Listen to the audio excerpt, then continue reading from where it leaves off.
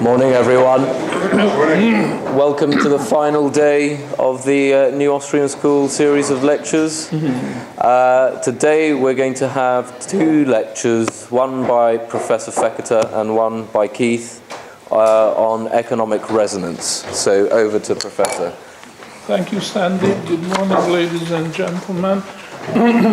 I made an announcement yesterday, and unfortunately I forgot to mention another very good news, which is, I think, still preliminary, but we can put it down in our calendar. Through the good offices of our old friend Gaetano, there will be a one-day seminar in November in the Italian city of Padova, which is only 40 kilometers or so from Venice, so it's a wonderful tourist area as well. And please put it down in your calendar. We don't have the exact date, but tentatively it's the last Friday in the month of November. There may be a change. Please watch our website where the firm date will be published as soon as we have it. Is there anything else we should add to this? No? No. Okay. I personally am looking forward to this visit to Padova. St. Anthony of Padova is my patron saint. Antal is Anthony or Antonio in Italian. And I've been to Padova. It's a lovely city. I'm looking forward to go again. And in this occasion, we'll have this meeting. There are further very interesting plans on the drawing board, but I think it was too early. Is it not? Yes. Is it not too early? We can put it out there. Well, if you want to say something. The professor and I, and Martha, are thinking of putting a seminar in Ecuador early next year. Very exotic place. Yeah, Cuencas, Ecuador. It's the #1 destination for international living now. And Cuencas is a university city, 7,000 to 8,000 feet up in the mountains, and it was one of the rumors is it was the lost city of the Incas. And there's a tremendous amount of interest in the Americans about moving overseas for a number of reasons. And out of the blue, Cuencas has rushed to #1, gone around the outside, took out Uruguay, drove down New Zealand, and is now at the forefront. And there's a lot to say for it. So we think it'd be a really popular venue. And the topic there would probably be gold and silver's investments, because I think most of the crowd that would come are interested in that type of thing. So. It's too early to mention a date, but hopefully it's early 2013. If we make it through 2012. So there it is, lots of activities coming up. It's so nice to see the core of this group, but of course bring newcomers, bring friends if you can, and we'll see you again. Now, economic resonance. This is a subject which is rather tentative. I had a little bit of hesitation using it as a title, but ultimately I decided that it is perhaps not a bad title, economic resonance. It does suggest what is going on. It's the idea of a cycle, but a cycle which could be boosted from the outside, or it could become self-boosted from one point on. And this is something which well deserves studying. I, in particular, mentioned already, and won't be time to repeat it, but the activities of the marginal bondholder and also the marginal entrepreneur are such as self-boost, or could be under the proper conditions, self-boosting. And that is what makes the phenomenon different from the normal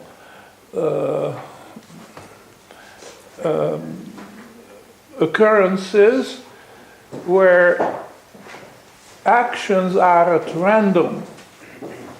And when they are at random, a lot of action in this direction will be cancelled out by action in the other direction.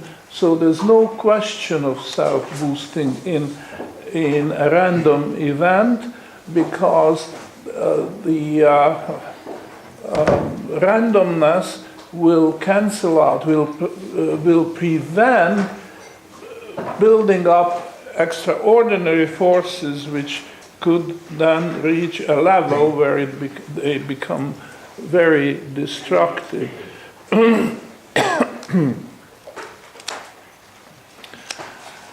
So this is something which is new, which our school brings to the Austrian theory of business cycles. We are suggesting that the theory should take a careful look at these extra or outside influences on the economy by actions, including such actions as the action of the central bank, in particular open market operation, or what would prevent the marginal bondholder or the marginal entrepreneur to actually stop the movement of the rate of interest in one direction and prevail in pushing it back in the other so that it will find its natural level. This is the task, and of course it will take a lot more work to complete it and a lot more time, but we should start as early as possible. Now, one of the names in the theory of interest, which is not often mentioned, but I have very great respect for him, Knut Wicksell, the Swedish economist, who already in the late 19th century, to be precise, in the year 1897, gave a lecture in Stockholm before the Economic Association of Sweden, and in that lecture he addressed this very problem. I'm quoting him. Logically speaking, it does not seem possible to give any other answer to our question than the following. The question is, what is the influence on the rate of interest? The level of commodity prices must depend on the rate of interest. A low rate of interest must lead to rising prices, and a high rate of interest to falling prices. And this is more or less plausible because the creditor who is extending the loan will demand a compensation in the form of higher interest if the commodity price level shows a persistent rising tendency. And on the other hand, if commodity prices show a falling tendency, then the bargaining position of the debtors will be strengthened, and the creditors sooner or later will give way and lower the rate of interest. So that part is almost obvious and doesn't need a great deal of explanation or research. It's the action in the other direction which is very controversial and which is a puzzle. And most, or practically all economists just throw up their hands and say, well, we are really helpless in trying to find an explanation. So I'm continuing the quotation from Knut Wicksell. This is in full agreement with the basic principles of the quantity theory of money. Unfortunately, we are once more faced with the same regrettable circumstance, a lack of correspondence between theory and reality. If we compare the wholesale prices in Hamburg on the one hand and the rate of interest in Berlin on the other, then it must be admitted, if it is possible to discover any connection between them at all, that a high rate of interest is associated with high commodity prices and a low rate of interest with low commodity prices rather than the other way around. This is the end of the quotation, which means that Wicksell confessed he could not solve the puzzle. And he also betrayed the source of his confusion. He could not liberate his own thinking from the clutches of the quantity theory of money. He made a decisive step, though, in the right direction, and this is why I consider him one of my heroes and forerunners in studying the theory of interest and developing the theory of interest. And what he did was he suggested that the clue to the puzzle was not the market rate of interest per se, the level, but rather it was the spread between the market rate and the natural rate. The term natural rate is due to him. He called the natural rate, which was uninfluenced by banks, governments, and other outside factors. Now, in our terminology, I haven't used this term natural rate because we have found actually it's a more up-to-date terminology. It is the language of theory of time preference. We just call it the marginal rate of time preference. This is what we would call the natural. The two ideas are, if not identical, then they are very close, and it's a safe approximation to translate Wicksell's statement in terms of the rate of marginal time preference. The appearance of a non-zero spread, which means that there is a deviation between the market rate and the natural rate, or the rate of marginal time preference, indicates the presence of outside influence on the market. There must be a reason. If the spread is not zero, if it's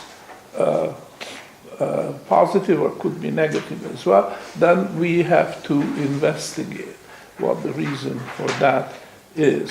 And we shall find the culprit, the banking system inspired by the central bank or by the government. So it's a dangerous signal if there is a deviation. It's a dangerous signal if the spread is positive. In particular, this is of the two possibilities, this is the more important when the spread is positive. And what does that mean? It means that the rate of interest is pushed below the natural rate, which is the time preference rate. That's the prevailing. Now, occasionally there is a bounce back, but the important case to study is a positive spread, which means lower market rate than the time preference rate, and that will put a sequence of actions into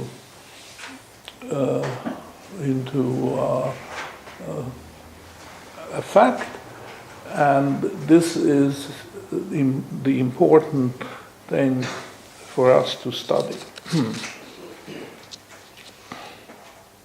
So this implies that the rate of interest and price level will move in the same direction. In more details, if the spread is positive, then the market rate of interest is too low, and the rate of interest and the price level will both have to rise. And if the spread is negative, then the market rate is too high, and they will both fall. Moreover, the cumulative effect will not vanish unless the spread itself vanishes. So it was Wicksell who started this investigation in that direction, and it was followed by others, and there are several quotations. You have this material as the last chapter, chapter 10, so I'm not going to go through all these quotations, just the ones which I consider especially important and revealing. So here is one which is, quote, a puzzling and apparently irrational coincidence. And this is, the quotation is due to Jackson. I have already mentioned that Jackson, Gilbert Jackson, the actual reference is at the end. There is a list of readings, and Gilbert Jackson is mentioned there. In 1947, he made a speech, and the transcript of that speech is available, and Keith was kind enough to say that when he goes next to Chicago, he will get from the library where the PAI papers are deposited, get a copy, and will put it on the internet. The title of that piece is The Rate of Interest, and it's very interesting. There is also a chart which leads from the French Revolution all the way to 1947, when Jackson actually delivered his speech in Canada, and it's very nice because it is the same type of chart what Kondratyev, the Soviet economist who got lost in the gulag of Stalin in the 1930s,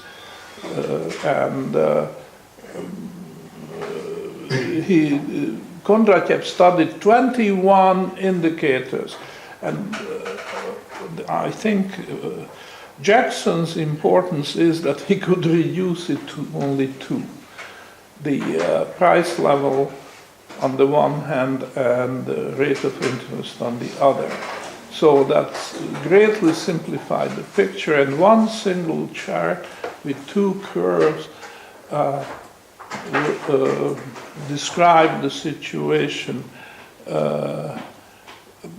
almost perfectly, and it's Jackson's analogy, which I have already quoted. Two dogs connected with a leash, one can run ahead of the other, but only so much, and the other can lag behind, but only so far. And that's what the two curves do, namely price level and the rate of interest. At one time, one is chasing the other, and then they reverse the order, and the other is chasing the first one. And this is very interesting, and I have always been planning to recalculate or to calculate what happened after 1947, which was a key year, because Jackson made the conclusion that it seems that the government and the central bank, inspired by Keynes, he mentions Keynes by name, but they succeeded in breaking the leash. So now one of the two dogs can run ahead as far as he can from the other. And which of the two dogs can run ahead? The price level, you see. This is what he believed in 1947, but events have refuted him. But what he saw in 1947 at the time he made that speech was that the leash was broken and the dogs of the price level are running way ahead and the interest is behind. So that is the paradise dreamed by Keynes, the paradise of low interest rates, and forget about prices. And it turned out to be wrong. Jackson did not correctly predicted the future. The leash did hold, and it was still true. But at that time, it was an extreme spread, what occurred in 1947, and nobody dreamed at that time the tremendous price increases. Of course, we say tremendous. We shouldn't, because since then, and especially after 1971, we have seen much, much bigger moves. But by the norms of the day, in 1947, what happened after that year were really quite extraordinary increases in the price level. Now, very few of us would have personal memories, I guess, because our average age is. But some of us do, and if you have memories, then you might just recognize 1947 was another watershed year when prices started. You see, there were some price controls in the United States.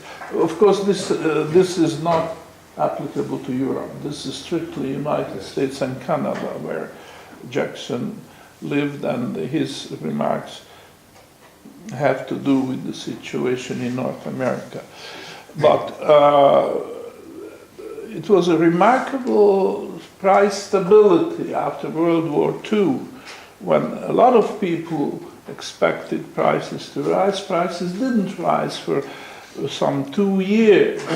And Jackson jumped the gun and he said, well, that's it. Keynes succeeded. Unfortunately, he said, because he was not by any means a follower of Keynes.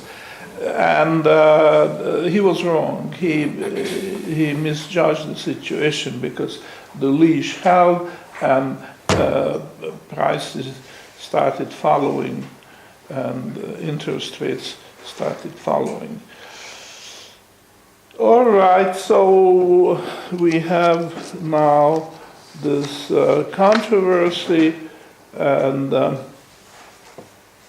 I'm not going to go back and repeat what I have said about the ratchet as applied to the marginal bondholders' activity and the marginal entrepreneurs' activity. But the thing is that rather than having random events in the sequence of the spread between the market rate of interest and the rate of marginal time preference, and similarly at the other extreme, where we talk about the marginal productivity of capital, the randomness disappeared, and what we have is pushing in the same direction. And here, bond speculation plays a very important role, without which you won't understand what is happening. The initial push comes from the central bank. The first instance when the market rate of interest is pushed below the rate of marginal time preference. Now, if it was random, then there would be a reaction and so on, and it would even out. So, by and large, there would be a stable interest. But this does not happen. And this does not happen because of the insight which the bond speculators have. And that is what I have explained at some length. And I have to remind you that the policy of open market operations of the central bank in the bond market, which I also said was a misnomer, because on a net basis it's always open market purchases rather than open market operations. Of course, there's a devious intent here to suggest that sometimes purchases, sometimes sales of government bonds in the open market by the central bank, but this is false, this is misleading, because these do not alternate randomly. If there is any open market sales, they are either only for window dressing purposes or mischievous planting false evidence, trying to convince people that this is something random, but it is not. On the average, it's always on a net basis open market purchases, and it's easy to see why. Why is it that the government or the central bank is buying buying bonds in the open market rather than selling? Well, to depress the rate of interest, you need to be a purchaser of yes, bonds. And also if you want to look at it from the other angle, the reason is that they want to increase the quantity of money and also, make the value of government bonds appear higher than the market would value them. So this is now enter the bond speculator. The drama is unfolding, and first time the bond speculator appears, and that will, of course, change the thing, because this randomness disappears, and the net effect of bond speculation is going to be the formation of trends. There were no trends before. Interest rate was fairly stable, and the gold standard had a big stabilizing force. And the speculators were not interested in bond speculation for a very good reason. They didn't see any profit potential there, at least not in comparison with the commodity markets. So they went to the greener pastures. They did not touch the bonds as the same way as